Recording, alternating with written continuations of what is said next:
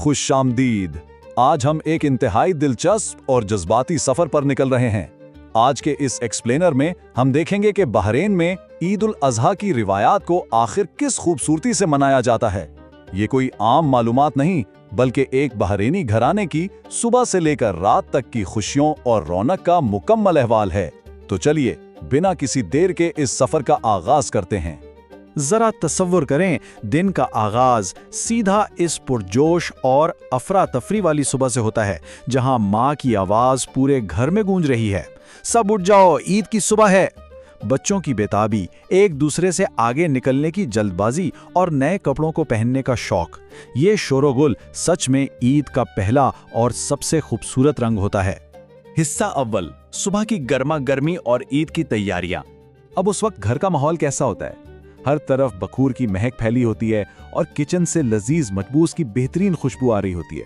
और सबसे मजे की बात बताऊं, वालिद साहब ने आधी बोतल ऊद परफ्यूम की अकेले ही खत्म कर दी है।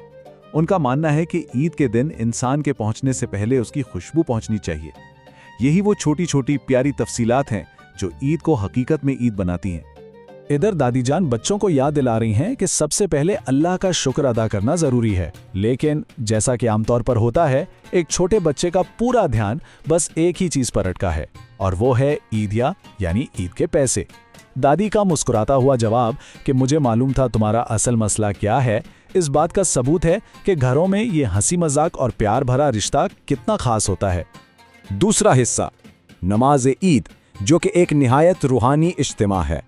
घर की इस धूमधाम और शोर के बाद माहौल थोड़ा बदलता है। जब एक बच्चा देखता है कि ईदगाह में कितने सारे लोग जमा हैं, तो वालिद इस एहसास को बहुत ही खूबसूरत अल्फाज में बयान करते हैं। वो कहते हैं, आज लोगों से पहले दिल जमा होते हैं।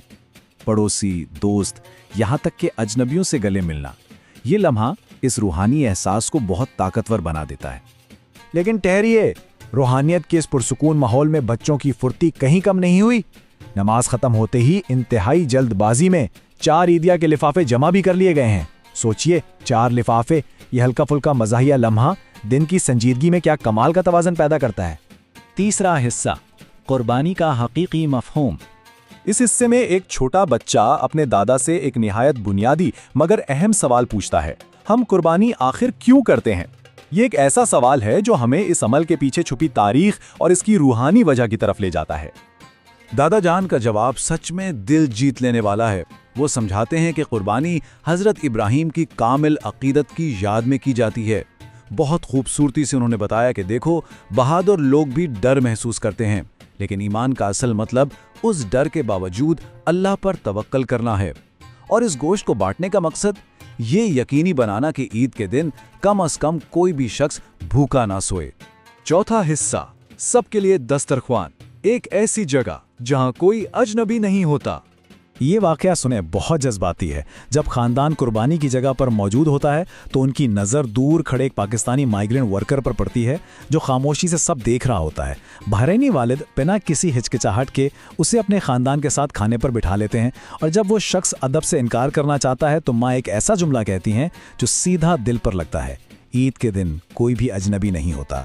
ये लम्हा वाकई इस त्यौहार की अजीम इंसानियत की अक्कासी करता है। यह एक खूबसूरत मुवाजना देखने को मिलता है।